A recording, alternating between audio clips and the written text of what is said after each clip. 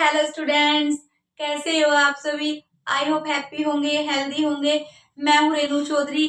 जैसा कि आप सभी जानते हैं बेटे, मैं आपको क्लास 12th को मैक्रो इकोनॉमिक्स पढ़ा रही हूँ। फर्स्ट चैप्टर हम कंप्लीट कर चुके हैं और अब हम कर रहे हैं सेकंड चैप्टर, और चैप्टर का नाम है some basic concept of macro economics. ठीक है, उसमें हम क्लासिफिकेशन ऑफ गुड्स, जो मैक्रो इकोनॉमिक्स का एक बेसिक कॉन्सेप्ट है, उसको बेटे हम कंप्लीट कर चुके हैं। और अब हम करने जा रहे हैं investment, and it is most important concept of macro economics. ठीक है, जैसे हमने गुड्स ऑफ क्लासिफिकेशन को बिल्कुल अच्छे से स्टडी किया, बिल्कुल डीपली किया, हर कॉन्सेप्ट को समझा, ऐसे ही हम इन्वेस्टमेंट को बहुत अच्छे से समझेंगे। ठीक है, इसमें हम करेंगे what is investment, component of investment, significance of investment and type of investment।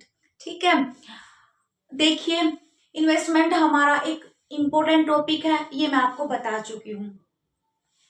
एक इकोनॉमी की ग्रोथ के लिए, एक इकोनॉमी की जीडीपी के लिए, एक कंट्री के डेवलपमेंट के लिए इन्वेस्टमेंट बहुत जरूरी है। अगर किसी इकोनॉमी में इन्वेस्टमेंट ज्यादा होता है, उसकी जीडीपी ज्यादा होगी, वो कंट्री ज्यादा ग्रोथ करेगी। और अगर इन्वेस्टमेंट कम होता है बेटे, तो जीडीपी ग्रोथ बढ़ नहीं पाएगी। तो for the development of a country investment is most important. समझ आया। देखिए, अगर आपने अभी तक मेरे श्री श्याम स्टडी चैनल को बेटे सब्सक्राइब नहीं किया, तो प्लीज सब्सक्राइब कर लीजिए।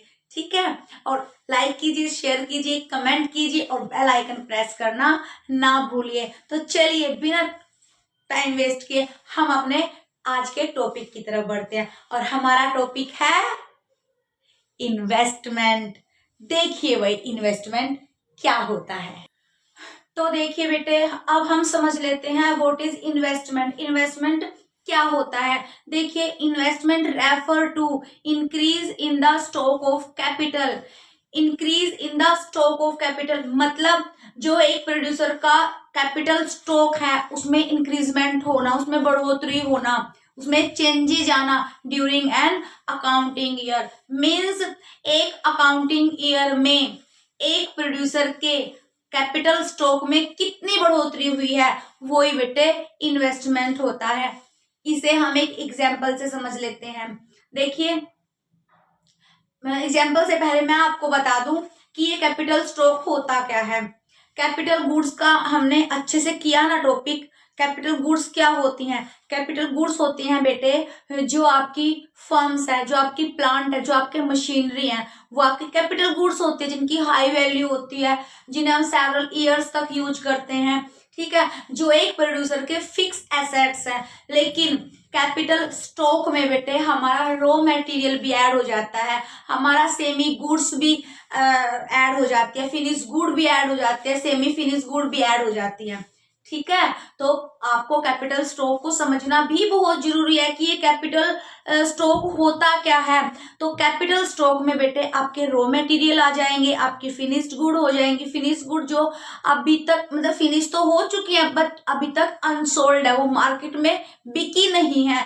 एक हो जाता है बेटे आपका semi finished good. Semi finished good क्या होता है, जो अभी प्रोडक्शन की बाउंड्री लाइन के विद इन है। ठीक है, जिसने प्रोडक्शन की बाउंड्री लाइन को अभी तक क्रॉस नहीं किया है। फिर आपका इसमें रॉ मटेरियल भी आ जाता है। ठीक है, रॉ मटेरियल से ही आपकी फाइनल गुड बनाई जाएगी। और आपका मशीनरी, प्लांट, ठीक है, जो प्रोड्यूसर के फिक्स एसेट्स है, वो भी आपके कैपिटल स्टॉक में आ जाएंगे। तो इन सब में कैपिटल स्टॉक में जब चेंजेज आता है, जब बढ़ोतरी होती है, जो इंक्रीजमेंट होता है, वही इन्वेस्टमेंट होता है। समझ में आया कैपिटल स्टॉक। ठीक है, इन्वेस्टमेंट भी समझ में आया। ठीक है, investment refer to increasement in capital stock. ठीक है, एक प्रोड्यूसर के कैपिटल स्टॉक में इंक्रीजमेंट होना ही बेटे इन्वेस्टमेंट है, इन सिंपल लैंग्वेज। तो स्टूडेंट्स, इन्वेस्टमेंट समझ आया आपको। ठीक है, कोई मुश्किल नहीं है, बस इतना है कि increase in the capital stock is investment, change in the capital stock is investment. तो मुश्किल नहीं है, कैपिटल स्टॉक में जितना भी चेंजेज आता है, जितनी भी इंक्रीजमेंट होते है, जितनी भी बढ़ोतरी होती है ना बेटे कैपिटल स्टॉक में, वही हमारा इन्वेस्टमेंट होता है। अब एक वर्ड और आता है भाई, कैपिटल फॉर्मेशन। ठीक है, इसमें कंफ्यूज नहीं होना है। Capital formation is changes in the capital stock. Capital stock में जो भी चेंजेस जाएगा, जितना भी चेंजेस जाएगा, वो कैपिटल फॉर्मेशन है। एग्जाम्पल देख लीजिए, इन्वेस्टमेंट जैसा ही इसका मीनिंग है। ठीक है, अब देखिए, मैंने आपको बताया था एक प्रोड्यूसर के पास पहले तो बेटे 8 मशीनें थी, बाद में 2 मशीनें और परचेज कर ली गई, अब उसके पास 10 मशीनें हैं। तो कितना कैपिटल फॉर्मेशन हुआ? 2 मशीनों का। ठीक है, कैपिटल स्टॉक में कितना चेंजेज आया? 2 मशीनों का। कैपिटल स्टॉक में कितना इंक्रीजमेंट हुआ? 2 मशीनों का। ठीक है, तो ये 2 मशीनें ही कैपिटल फॉर्मेशन भी है और यही इन्वेस्टमेंट भी है। ठीक है, in simple language we can say that increase in the capital stock is investment and changes in the capital stock is capital formation। समझ में? कंफ्यूज नहीं होना। ठीक है, कि इन्वेस्टमेंट और कैपिटल फॉर्मेशन में क्या डिफरेंस है। अब एक और देखिए, अब ये इन्वेस्टमेंट तो हमने पढ़ा एक प्रोड्यूसर के पॉइंट ऑफ व्यू से, लेकिन अगर हम बात करें इकोनॉमी एज अ होल के पॉइंट ऑफ व्यू से, फिर what is the meaning of investment? Economy as a whole के पॉइंट ऑफ व्यू से इन्वेस्टमेंट का मतलब होता है बेटे total production of capital goods in the economy during an accounting year.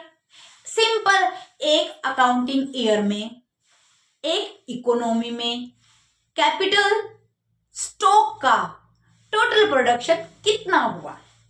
ठीक है, अगर हम एक प्रोड्यूसर के पॉइंट ऑफ व्यू से करें तो भाई उसकी 8 मशीनें थी, अब 10 मशीनें हैं। ठीक है, वही उसका इन्वेस्टमेंट हुआ, जितना उसका कैपिटल स्टॉक में इंक्रीजमेंट हुआ वही बेटे उसका इन्वेस्टमेंट हुआ। लेकिन इकोनॉमी एज अ होल के पॉइंट ऑफ व्यू से इकोनॉमी में कैपिटल गुड्स का टोटल प्रोडक्शन कितना होता है, ठीक है, उसको ही बेटे हम इन्वेस्टमेंट बोलेंगे in a point of view economy as a whole. समझ में आया? तो इन्वेस्टमेंट को आपने अच्छे से समझ लिया। अब हम बात करते हैं कंपोनेंट ऑफ इन्वेस्टमेंट। इन्वेस्टमेंट के कंपोनेंट कौन कौन से होते हैं? देखिए, there are 2 component of investment. Number 1 होता है बेटे फिक्स्ड इन्वेस्टमेंट, नंबर 2 होता है इन्वेंट्री इन्वेस्टमेंट। ठीक है, नंबर 2 होता है इन्वेंट्री इन्वेस्टमेंट। अभी फिक्स्ड इन्वेस्टमेंट और इन्वेंट्री इन्वेस्टमेंट होता क्या है? देखिए, पहले इन्हें क्लियर कर दूं। एक प्रोड्यूसर को, ठीक है, गुड्स का प्रोडक्शन करने के लिए कुछ तो बेटे फिक्स एसेट्स की जरूरत पड़ती है, फिक्स स्टॉक की जरूरत पड़ती है, और कुछ जरूरत पड़ती है बेटे इन्वेंट्री स्टॉक की। ठीक है, अब पहले मैं आपको बता दूं फिक्स स्टॉक कौन कौन से होते हैं और इन्वेंट्री स्टॉक कौन कौन से होते हैं। फिक्स स्टॉक तो होता है बेटे आपका, जैसे आपका प्लांट हुआ, मशीनें हुई, ठीक है, जिनका हम सेवरल ईयर्स तक यूज करते हैं, जो मतलब प्राइस में थोड़ी महंगी होती है, उनकी वैल्यू थोड़ी महंगी होती है, और वो फिक्स एसेट्स होते हैं एक प्रोड्यूसर के। लेकिन क्या सिर्फ वो फिक्स एसेट्स से ही प्रोडक्शन कर लेगा?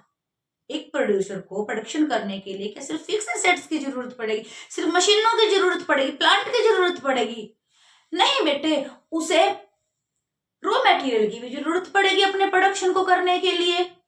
ठीक है, तो जो तो अब इन्वेंट्री स्टॉक में क्या क्या आ जाएगा? इन्वेंट्री स्टॉक में आएगा बेटे एक तो फिनिश गुड आएगा, ठीक है, जो बन के बिल्कुल तैयार हो गया लेकिन अभी वो अनसोल्ड है, अभी वो बिकी नहीं है, अभी वो मार्केट में नहीं गई है बिकने के लिए। ठीक है, एक आ जाएगा सेमी फिनिश गुड आ जाएगा। सेमी फिनिश गुड क्या होता है? जो अभी प्रोडक्शन की बाउंड्री लाइन के विद इन है, अभी वो बनके तैयार नहीं हुई है। और एक रॉ मटेरियल आ जाएगा, रॉ मटेरियल के बिना तो एक प्रोड्यूसर कुछ भी नहीं कर सकता। ठीक है, खाली मशीनों से थोड़ी ना वो प्रोडक्शन कर लेगा, रॉ मटेरियल होगा, मशीनें होगी, प्लांट होगा, तभी तो वो प्रोडक्शन कर पाएगा। ठीक है, तो इन्वेस्टमेंट क्या होता है? अभी अगर फिक्स स्टॉक में इंक्रीजमेंट हो वो तो होगा बेटे फिक्स इन्वेस्टमेंट। मतलब अगर मशीनें बढ़े, उसका प्लांट बढ़े, ठीक है, वो तो हो जाएगा फिक्स इन्वेस्टमेंट। लेकिन अगर एक प्रोड्यूसर का इन्वेंट्री स्टॉक बढ़ जाए वो होता है बेटे इन्वेंट्री इन्वेस्टमेंट। समझ में आया? Increment in fix assets, increment in fixed stock, is called fixed investment and increasement in inventory stock is called inventory investment. I think आपको फिक्स्ड इन्वेस्टमेंट और इन्वेंट्री इन्वेस्टमेंट अच्छे से समझ में आ गया होगा, क्योंकि आपको समझ में आ चुका है बेटे कि फिक्स्ड एसेट्स क्या होते हैं, फिक्स्ड स्टॉक क्या होते हैं। आपको समझ आ चुका है बेटे कि इन्वेंट्री स्टॉक क्या होता है। ठीक है, तो जब इन्वेंट्री स्टॉक समझ लिया, फिक्स्ड स्टॉक समझ लिया, तो फिक्स्ड इन्वेस्टमेंट और इन्वेंट्री इन्वेस्टमेंट समझने में कोई दिक्कत नहीं है। फिक्स्ड स्टॉक बढ़े, फिक्स्ड इन्वेस्टमेंट, फिक्स्ड इन्वेस्टमेंट क्या होगा, अगर फिक्स्ड स्टॉक में इंक्रीजमेंट हो तो वो हो जाएगा बेटे फिक्स्ड इन्वेस्टमेंट, बट अगर इंक्रीजमेंट हो जाए बेटे इन्वेंट्री स्टॉक में, वो हो जाएगा इन्वेंट्री इन्वेस्टमेंट। क्लियर, समझ में आया। अब फिक्स्ड इन्वेस्टमेंट को और इन्वेंट्री इन्वेस्टमेंट को निकालने का एक फॉर्मूला है। देखिए बेटे, fixed stock of a producer at the end of accounting year minus fixed stock of a producer in the beginning of the accounting year is equal to change in the fixed stock of a producer during an accounting year. मतलब accounting year के last में जो भी producer का fixed stock है उसमें से आपको माइनस करना है जो प्रोड्यूसर का अकाउंटिंग ईयर की बिगिनिंग में जो कैपिटल स्टॉक था, उसको जो माइनस कर देंगे ना, वो बेटे कैपिटल स्टॉक में चेंज निकल जाएगा, चेंजेस आ जाएंगे, कैपिटल स्टॉक में इंक्रीजमेंट निकल जाएगा, और जो भी वो निकलेगा ना बेटे वही फिक्स्ड इन्वेस्टमेंट होगा। ठीक है, एग्जाम्पल देखिए, अकाउंटिंग ईयर के बिगिनिंग में मशीनें थी 8, फिक्स्ड कैपिटल 8 थी, लेकिन जो अकाउंटिंग ईयर के लास्ट में कैपिटल स्टॉक था बेटे प्रोड्यूसर का 10 मशीनें, तो 10 मशीनों में से 8 मशीनें माइनस कर देंगे, जो 2 मशीनें निकल के आए बेटे वही आपका फिक्स्ड इन्वेस्टमेंट होगा। और ऐसे ही हम इन्वेंट्री इन्वेस्टमेंट को निकाल सकते हैं। Inventory stock of a producer in the end of the accounting year minus inventory stock of a producer in the beginning of the accounting year is equal to change in the inventory stock of a producer during an accounting year। मतलब accounting year के last में जो भी inventory stock है producer का उसमें से आप माइनस कर दो, क्या, जो भी प्रोड्यूसर का इन्वेंट्री स्टॉक है अकाउंटिंग ईयर के शुरू में, जो निकलेगा आपका वो इन्वेंट्री स्टॉक में चेंजेस निकलेगा, वो इन्वेंट्री इन्वेस्टमेंट हो जाएगा। ठीक है, समझे इस कॉन्सेप्ट को? सिंपल है बेटे, मुश्किल नहीं है। देखिए, जो भी आप इन्वेंट्री स्टॉक को ले लो या फिर फिक्स्ड स्टॉक को ले लो, अकाउंटिंग ईयर के लास्ट में जो भी आपका स्टॉक है, चाहे वो इन्वेंट्री स्टॉक हो चाहे वो फिक्स्ड स्टॉक हो, उसमें से माइनस करना है अकाउंटिंग ईयर के बिगिनिंग में जो स्टॉक था। ठीक है, माइनस करने के बाद जो आएगा ना वो चेंज इन द स्टॉक आएगा। ठीक है, change in the capital stock आएगा, और वो चेंज ही बेटे आपका इन्वेस्टमेंट होगा। अगर चेंज आए फिक्स्ड स्टॉक में फिक्स्ड इन्वेस्टमेंट, अगर चेंज आए इन्वेंट्री स्टॉक में इन्वेंट्री इन्वेस्टमेंट। क्लियर हुआ इसको निकालने का फॉर्मूला? ठीक है, अब हम इनकी करेंगे सिग्निफिकेंस। ठीक है, ये दोनों इन्वेस्टमेंट हमारे लिए क्यों जरूरी है? देखिए बेटे, अगर फिक्स्ड इन्वेस्टमेंट बढ़ता है, एक प्रोड्यूसर का अगर फिक्स्ड इन्वेस्टमेंट बढ़ता है, उससे क्या होगा, उससे प्रोड्यूसर की जो प्रोडक्शन कैपेसिटी है ना वो चेंज हो जाएगी, वो बढ़ जाएगी। ठीक है, पहले जितना वो प्रोडक्शन करता था ना, अब कैपिटल स्टॉक में चेंजेस आने से अब वो प्रोडक्शन ज्यादा करने लग जाएगा। ठीक है, ज्यादा प्रोडक्शन से क्या होगा, ज्यादा प्रोडक्शन की कैपेसिटी बढ़ने से क्या होगा बेटे, ओवरऑल इकोनॉमी में जो प्रोडक्शन है ना वो बढ़ जाएगा। ठीक है, और प्रोडक्शन बढ़ने से इकोनॉमी में क्या हो जाएगा, हमारी जीडीपी ग्रोथ करने लग जाएगी। ठीक है, और जो हमारा इन्वेस्टर है ना बेटे, जो प्रोड्यूसर है, वो जो आने वाली जो डिमांड है उसको फेस कर सकता है, उस डिमांड को अपनी सप्लाई से फुलफिल कर सकता है। ठीक है, अगर कितनी भी डिमांड बढ़ जाए, उसके पास तो इन्वेंट्री स्टॉक भी है, उसके पास तो बेटे ज्यादा फिक्स्ड स्टॉक भी है, ठीक है, मार्केट में कितनी भी डिमांड हो जाए ऐसे फर्क नहीं पड़ेगा, वो सारे डिमांड को फुलफिल कर देगा क्योंकि उसके पास सप्लाई अवेलेबल है, उसके पास फिक्स स्टॉक भी है, इन्वेंट्री स्टॉक भी है, उसके पास अच्छे अच्छे मशीनें हैं, बहुत सारे प्लांट है, उसके पास बहुत सारे इन्वेंट्री स्टॉक है, ठीक है, बहुत सारी सेमी फिनिश्ड गुड है, बहुत सारा रॉ मटेरियल है, बहुत सारी फाइनल गुड्स हैं, ठीक है। तो मतलब क्या है कि वो आने वाली डिमांड को फेस कर सकता है अगर इकोनॉमी में फिक्स्ड इन्वेस्टमेंट होगा, ठीक है, इन्वेंट्री इन्वेस्टमेंट होगा, ठीक है। और इन्वेंट्री इन्वेस्टमेंट के बढ़ने से क्या होगा, हमारे प्रोड्यूसर को जो मार्केट में अप्स एंड डाउन हो रहे हैं ना बेटे, बार बार अनसर्टेनिटीज हो रही हैं, कभी चीजें महंगी हो रही हैं, कभी सस्ती हो रही हैं, कभी इन्फ्लेशन है, कभी डिफ्लेशन है, उसको फेस नहीं करना पड़ेगा।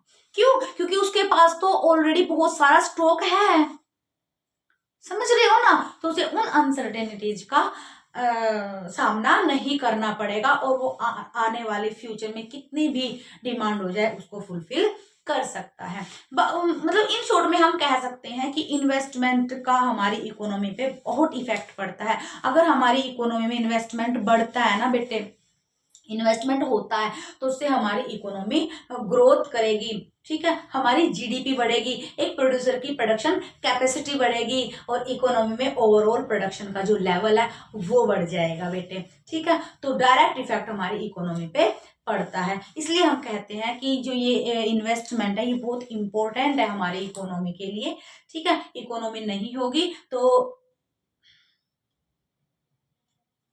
इन्वेस्टमेंट नहीं होगा तो हमारी इकोनॉमी ग्रोथ नहीं कर पाएगी, हमारी जीडीपी ग्रोथ नहीं कर पाएगी, जिसकी वजह से हमारी कंट्री भी ग्रोथ नहीं कर पाएगी। आई थिंक आपको इन्वेस्टमेंट का ये टॉपिक अच्छे से क्लियर हो गया होगा। मैं एक बार ओवरव्यू दे देती हूँ आपको, ठीक है। हमने इस लेक्चर में क्या क्या पढ़ा। फर्स्ट ऑफ ऑल तो हमने पढ़ा बेटे व्हाट इज इन्वेस्टमेंट। इन्वेस्टमेंट क्या होता है, कैपिटल स्टॉक में इंक्रीजमेंट को ही हम इन्वेस्टमेंट कहते हैं। फिर हमने किया एक formula, I is equal to delta K, I investment और डेल्टा के क्या होता है, इंक्रीजमेंट इन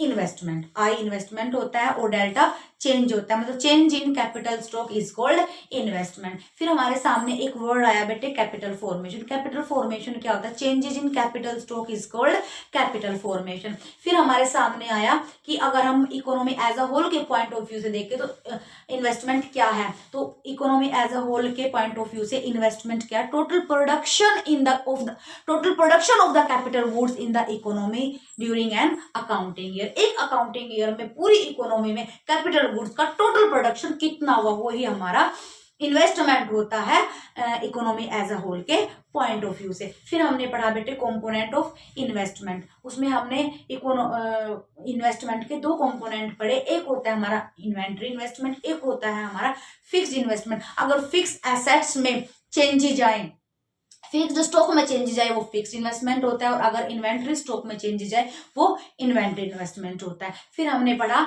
इसकी सिग्निफिकेंस क्या क्या है, ठीक है। तो आपने अच्छे से क्लियर कर लिया होगा।